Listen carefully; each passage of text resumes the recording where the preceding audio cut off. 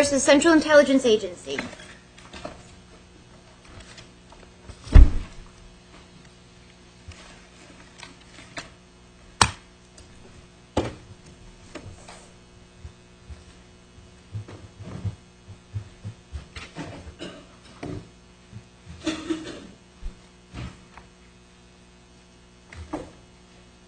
Mr. Latimer. May it please the Court, I am Richard Latimer of Falmouth, Massachusetts. I am here appearing for Dr. Thomas Stalcup, who is the plaintiff appellant. I would like at the outset to reserve 2 minutes for rebuttal. Yes. This matter is brought by Dr. Stalcup as a citizen seeking information from the government under the Freedom of Information Act. Dr. Stalcup is educated and trained in physics. He is the owner of a small business which manufactures an electronic monitoring device for environmental research. His interest in this case is purely non-professional, although his reason for looking into this is, as a scientist, he perceived, and we would argue quite correctly, that the CIA's explanation of what happened to TWA Flight 800 back in 1996 made absolutely no sense, contrary to all the evidence, hastily contrived, ignoring evidence when the problems with that evidence, with the radar tracking data, was called to their attention. We're ready for you to begin your argument, counsel. Excuse me, Your Honor? You were ready for you to begin your argument. Oh, I'm sorry, I thought I had. I think there are two issues here. Okay. Unless you think they're differently. This case involves an investigation into the crash of TWA Flight 800 back in 1996. It's occurred over Long Island Sound. The CIA and the FBI were brought into the investigation to assist the National Transportation Safety Board, NTSB, on the possibility that there may have been some criminal or terrorist involvement in that crash. That was the role and the limit of the role of the of the CIA and the FBI. It was the NTSB's responsibility to determine what did cause the crash. These other agencies were charged only with determining what did not cause the crash, or if it was a terrorist bomb, then what did. The evidence produced through this investigation clearly did rule out any terrorist activity. That is because they only... Just on the FOIA claim, the actual documents, could you just spell out quickly what's the best argument as to why the documents need to be released? Very well. It is claimed that this is a pre-decisional document. Now, pre-decisional refers to documents that relate to policy. That's clearly spelled out in the Providence Journal case cited by the government. This issue had nothing to do with policy. This is a document, and documents reference specifically to factual questions. Whether the CIA's purported explanation of what happened to this plane was factually supported by the data they were looking at.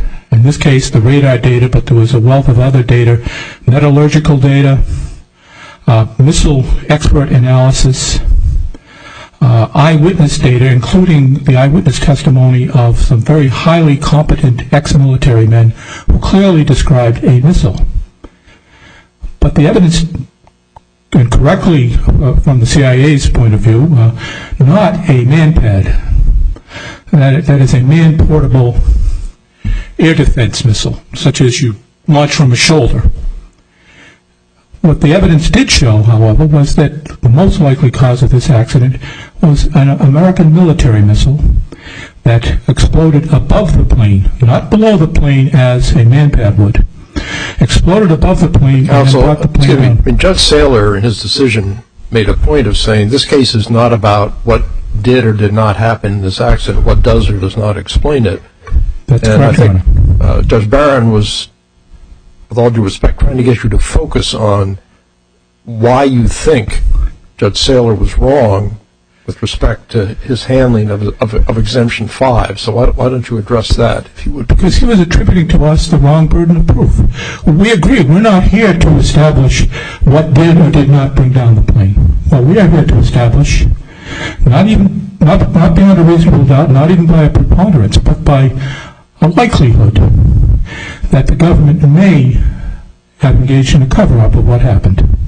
That's why all this other evidence is relevant, not to prove what happened to TWA Flight 800. That's not our burden. So you're arguing that your claim of governmental misconduct really overrides all of the exemptions that the government invoked here as to why it should not have to disclose? Well, Your Honor, that's true, but we also say those exceptions don't apply. That's what I started out arguing. This wasn't a pre-decisional document to begin with. These are pre-decisional documents.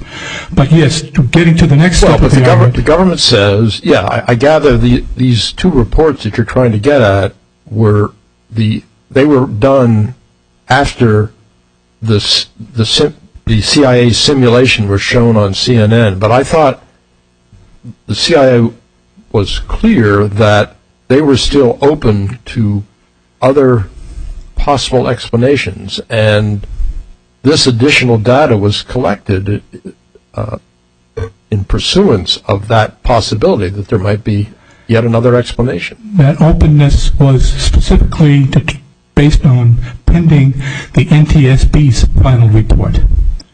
And the NTSB's final report came out, and that meant that the CIA's investigation and the FBI's investigation had ended.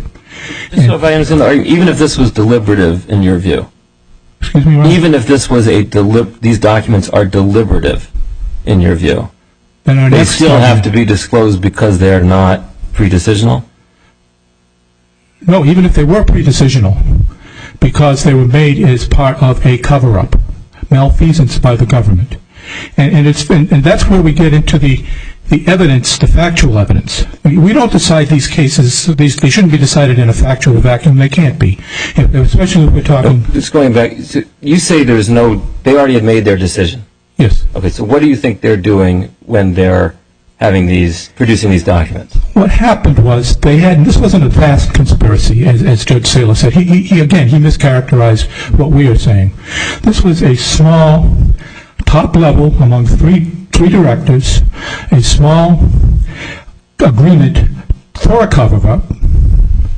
And we know that because after the CIA had produced its video, and there was NTSB's hearing was scheduled, they agreed not to call any of the recipient witnesses, none of them. What were they producing the documents for, in your view? What was the purpose of the production of the documents? Why were they doing it? As explained in the brief in this case law supporting this was an attempt to explain and perhaps to revisit, to bolster their false claim after the NTSB witness chairman revealed the witness testimony. They were expecting that this was just going to sail through. We're not going to have any witnesses testify. We're just going to go with the CIA's video. But I believe the name was Westermeyer, nonetheless was angry at the cover-up. He released to the press the names of the witnesses. So they went to the extraordinary end of dismissing him as the witness chairman, bringing in Mr. Mayer, who was the CIA link between NTSB and CIA, who then proceeded to disparage every witness who testified, telling the hearing that these witnesses who recipient witnesses, 95 of them on the ground, 6 of them in the air, including very competent ex-military men who described specifically a military missile exploding, that they all had faulty memories, that they were perhaps inadvertently just falsifying what they saw. This was an obvious cover-up, Your Honor. Especially if you look at these documents, we're talking about these, the government is characterized as pre-decisional. Judge Saylor asked the question, well, if you got these documents, what what light would these specific documents shed on the governmental misconduct cover-up that you claim? What is the answer to that? I would suggest, Your Honor, they would show that they were trying to rationalize a second review of the radar data with what they had depicted, and they couldn't do it. And that would be very relevant, Your Honor. And it would be part of the cover-up, the initial cover-up. Again, so it's your belief that these reports would undermine the theory that led to the simulation that was then shown on CNN? That's your point? Again, I would point out the case law that holds that documents that are generated simply to explain a decision already made are not protected as pre-decisional, and that's what we are claiming these documents are. And again, they had nothing to do with policy. When we're talking about the pre-decisional exemption, we're talking about policy questions. These are not policy questions. These are issues of fact. Experts looking at factual data, forming expert opinions of the type that is routinely disclosed in the lower court under Rule 26. Just as a simple way of thinking about this problem, government takes an action. After the action's taken, they decide, let's take another look at it, just among ourselves, and see if we think we've got it right. When they do that, that has to be disclosed? If it is trying to explain another document, especially in the context of what happened, they did not expect that eyewitness testimony to come out. And when that eyewitness testimony came out, let's just say the stuff hit the fan. Because now their explanation of what they say the witnesses saw was clearly discredited. So it wasn't simply, let's take another look. It was clearly an effort to, and again, Your Honor, it's not. Just so we understand, that goes to the misconduct. I understand that, right? But I'm talking about the pre-decisional and deliberative. And just whether it is deliberative or pre-decisional, why, when the government says, let's take another look at it, isn't engaged in a deliberative exercise to figure out whether they got it right the first time? Without conceding that point, let me just get back to the main point, which is that looking at the case as a whole, and all our burden here is to show something like probable cause, certainly not preponderance of the evidence even, and this is where Judge Saylor got our position wrong. Something like probable cause, whether a reasonable mind could conclude that the government might have been doing something wrong here. I would suggest, based on the evidence we've adduced, that we would meet the probable cause standard, if not the beyond a reasonable doubt standard. But that wasn't our burden. And I would suggest, therefore, that under the reasonable possibility standard that governs when you're determining whether there was some kind of malfeasance leading to this investigation, that we have clearly met that burden of proof. And that, therefore, the deliberative process and all the other privileges are waived, including the eyewitness testimony privilege. They are waived. Well, if I might, it seems to me there is still a large legal question that Judge Saylor identifies as to whether this misconduct theory that you are propounding, whether it overcomes these exemptions. I mean, he takes some care to point out that that's still very much an open question. We've certainly never taken that position in this circuit. Isn't that correct? Well, Your Honor, my time is up. I will simply say I have briefed that issue. I disagree with Judge Saylor. I think that was in error.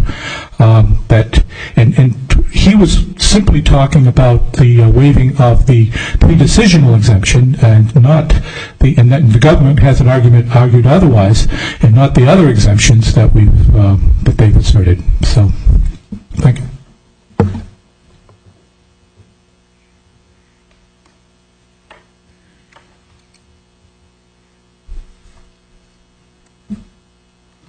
May it please the Court, Patrick Nemeroff on behalf of the CIA. The very same documents that are at issue in this case were determined to be exempt from disclosure under the Freedom of Information Act by the Ninth Circuit in Lahr, in an opinion written by Judge Berzon. The district court here wrote a very thorough opinion reaching that same conclusion, and the conclusion is fully supported by the record in this case and by the law of this circuit. I'd like to begin with the documents that were withheld under Exemption 5. Exemption 5, of course, protects any documents that would not normally or routinely be disclosed in civil discovery. And here the CIA withhold these under the deliberative process privilege. In order to fall under the deliberative process privilege, the documents must first be pre-decisional and they must be deliberative. Both documents here met that test. Those two documents were first a 17-page draft report containing preliminary analysis concerning new radar tracking data, and second, an 18-page draft report containing analysis and preliminary conclusions regarding further assessment of the flight path. Those documents were pre-decisional because the CIA had an ongoing responsibility to determine whether the eyewitness reports were consistent with a terrorist attack on the plane. That obligation continued after the FBI disclosed the CIA's video. And if I can just make one factual matter clear, the NTSB did not complete its report until years after these documents were prepared. So it was not only pre-decisional to the CIA's determination, but also to the NTSB's ultimate determination. They're also deliberative. Plaintiff has stated that because they include factual analysis, they're not deliberative, but that's contrary to a number of cases that all conclude correctly that factual analysis can be deliberative. In fact, this court in Providence Journal was considering an investigative report into the facts of possible criminal activity and held that it was deliberative.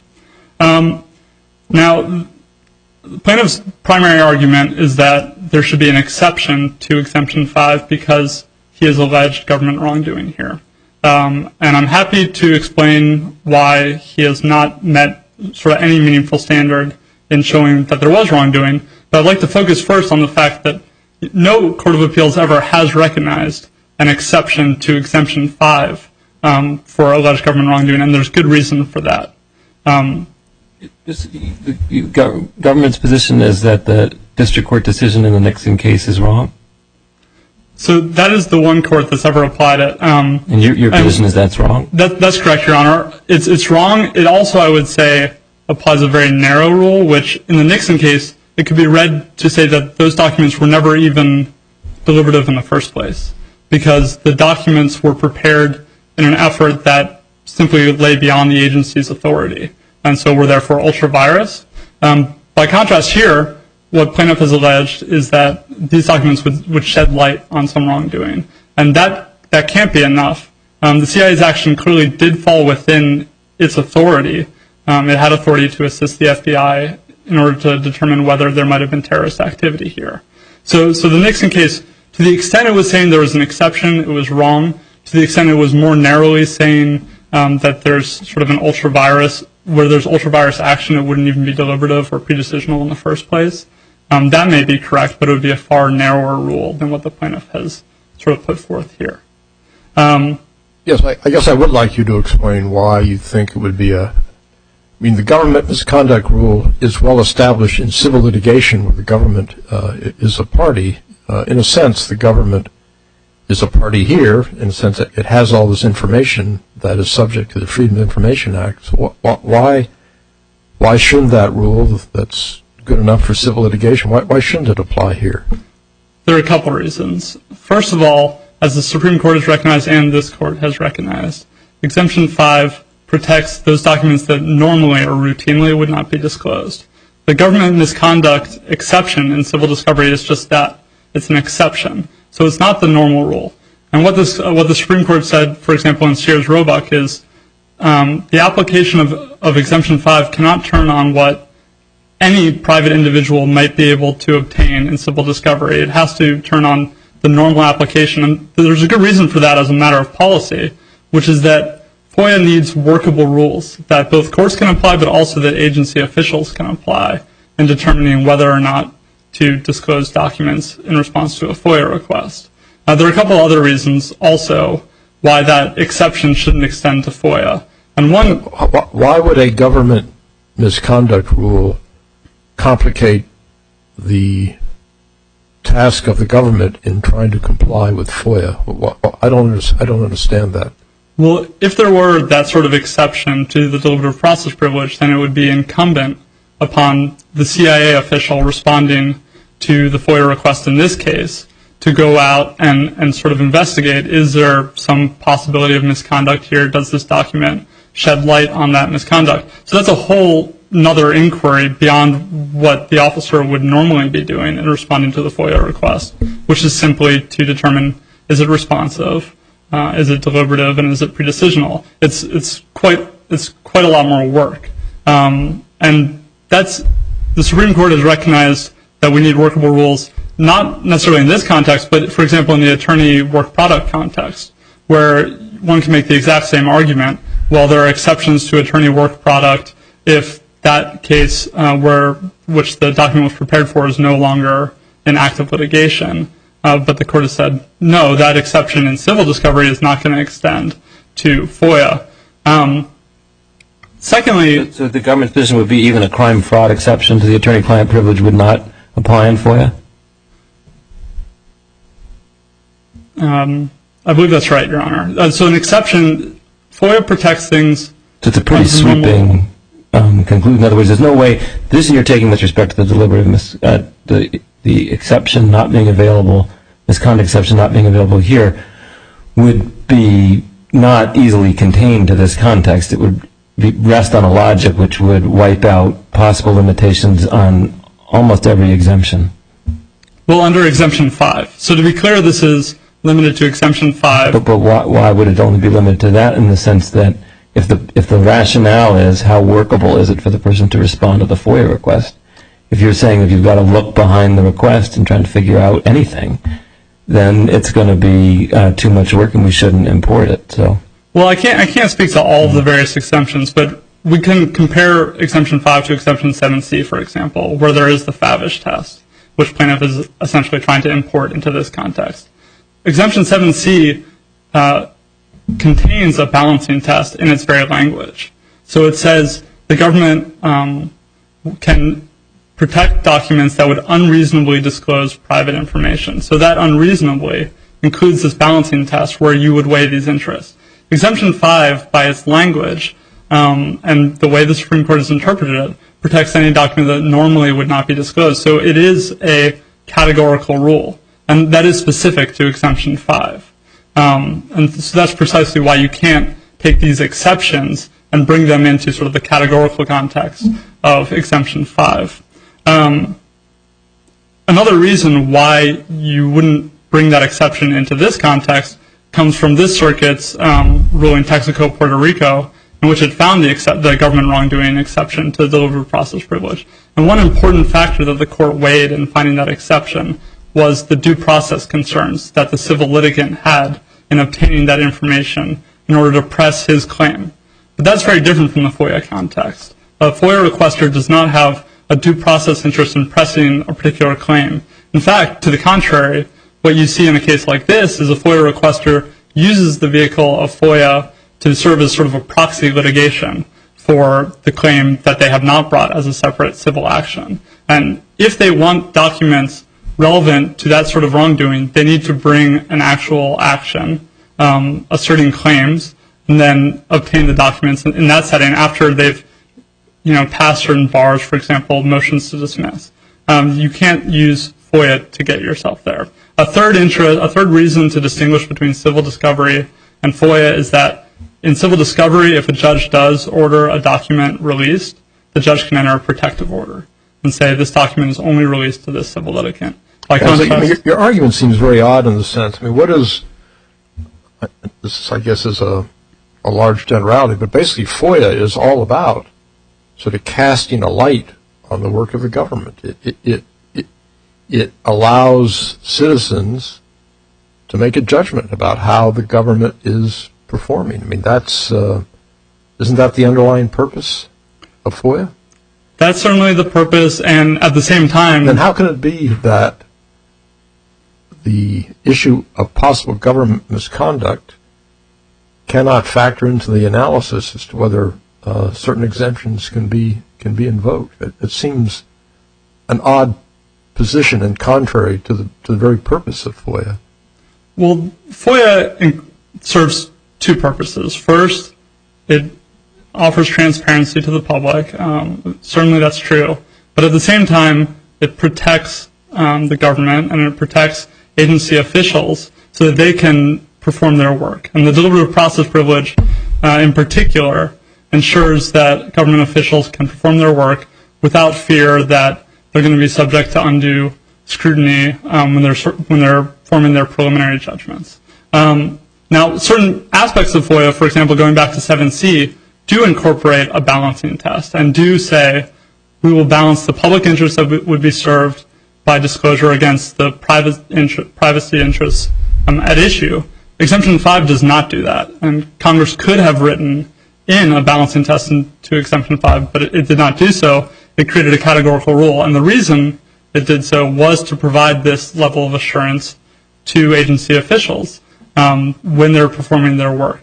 And as soon as you start reading exceptions into the deliberative process privilege, those officials don't have the same, can't operate with the same level of comfort. Do we get to the same point, though, if we accept what I thought was your recognition that maybe there is an ultra vires exception? So if you took this case in the vein that the alleged claim is that what's going on is a cover-up of government attempt to shoot down a civilian airliner, I suppose we'd be in a bit of a tough spot to say that that's fine kind of misconduct to engage in. So in some sense, we're just back to the question you're going to get to about what we need to what needs to be shown, even assuming there might be an ultra vires exception or a misconduct exception, in order to found an allegation under FOIA that these documents would fall into whatever limited universe that might be.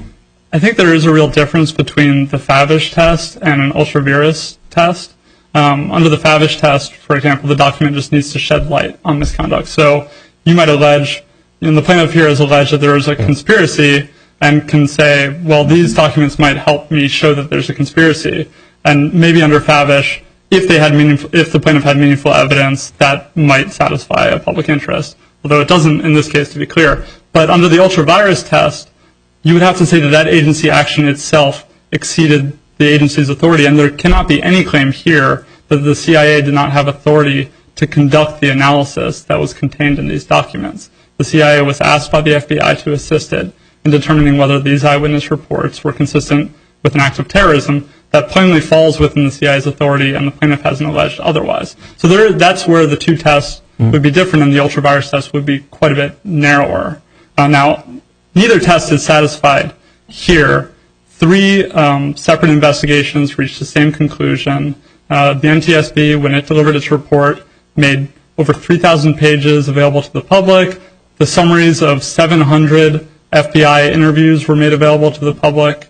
In response to this FOIA request, the CIA made 198 documents that totaled well over 1,000 pages available to the public. There's quite a bit of information out there, and plaintiff has not raised anything even close to meaningful evidence that there is a conspiracy here. Just give us, what would count as meaningful evidence, since they haven't seen the document? Well, they have seen the 2 documents they want, presumably they haven't seen. Well, that's true, Your Honor, but... So what would they need to show as a predicate? I mean, what's the kind of thing that you have in mind? I think in this case, where there are so many thousands of pages available, you would expect some sort of smoking gun, for example, some indication that somebody actually had a motivation to conduct some sort of cover-up. The only thing the plaintiff has pointed to are discussions between various agency officials about how to interpret the facts. And those are exactly the sorts of discussions you would expect in this sort of incredibly large and complex investigation. This was the largest investigation the NTSB ever conducted. And so you would expect some individuals to question conclusions and then the other agency to come back and explain why they reached those conclusions. That's exactly what the plaintiff has pointed to. That certainly is not the type of evidence we would require before finding an exception to one of these exemptions. The National Transportation Safety Board, it basically adopted the CIA's theory of what happened here, that is the explosion in the gas tank on the wing. Is that correct? They reached the same conclusion, although the NTSB conducted an independent and lengthy process to get to that conclusion. Right, but the appellant here is contending that these two documents that he seeks, it's his belief, he hasn't seen them, it's his belief that those documents do not support that theory of what happened here. And that's the very reason, not that they're pre-decisional or that they're deliberative, but he says that's the reason they don't want to disclose them. Now, how else can he show that that's what's going on here, other than to say there are other theories about what happened here, the government is committed to this theory, they have documents in their possession that undermine their theory. If I can get my hands on it, I can show that there's evidence that undermines their theory. Why shouldn't that be good enough to get at it? Even if we accept his premise and we say these documents may contain some evidence that is somehow contrary to the government's ultimate conclusion, even that would not meet the standard of shedding light on government wrongdoing. A pre-decisional document, a deliberative document, might in some ways be, inconsistent or have not fully consistent with the ultimate government final agency action, but that doesn't show government wrongdoing. And to be clear, that's all that plaintiff has alleged. Plaintiff has not alleged that these documents contain some internal discussion reflecting an effort to conceal what actually happened. He's simply said that these documents may be somehow inconsistent with that result, but that would not be enough. There are no further questions. Thank you.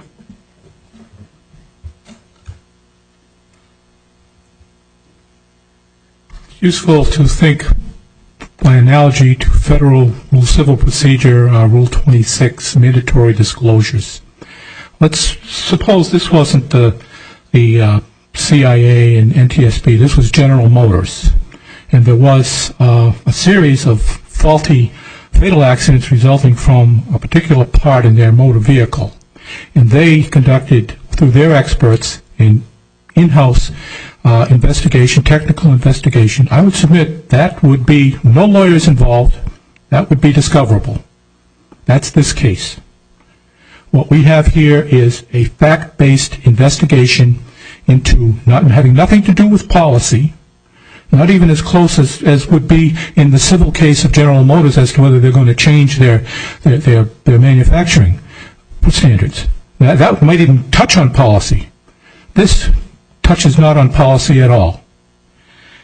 We are not here talking about a conspiracy theory. Again, the government misrepresents it. We're talking about starting with a snafu, situation normal, all fouled up. That comes out of the military.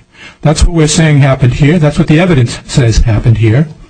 And then there was a cover-up, and that is all too typical of what happens when the military commits a snafu. There's always a cover-up, and that's all we're saying here. We're not talking about a vast conspiracy. In fact, when we look at the vast number of people involved in this investigation, many of them, some of them have come forward, whistleblowers, to talk about, and this is in the brief, to talk about the cover-up. So this is not a vast conspiracy. Again, it's the three top-level directorates deciding that they're going to participate in a cover-up, not a conspiracy. We're not even suggesting that there was a deliberate attempt by the military to take this plane down. It doesn't have to be deliberate. Why would they want to cover this up? Well, let's suppose a highly placed defense contractor, there was a screw-up on their guidance system. That would explain the cover-up. We're not talking about anything preposterous or outlandish, but the evidence of a cover-up is, I would suggest, if we had to make that by reasonable doubt or beyond a reasonable doubt, we would even meet that in front of a jury. Counsel, you talk about whistleblowers. Has anybody ever come forward to say that they participated in a military exercise involving an errant missile? No, Your Honor. I'm talking about whistleblowers within the agency coming forward and saying that, that this was that they deliberately ignored evidence, they falsified evidence to reach their preconceived conclusion that was the cover-up. The preconceived conclusion was that the plane did something that the radar data disproved, and we're saying that the second review of the radar data would confirm that. Thank you. Thank you, Your Honor.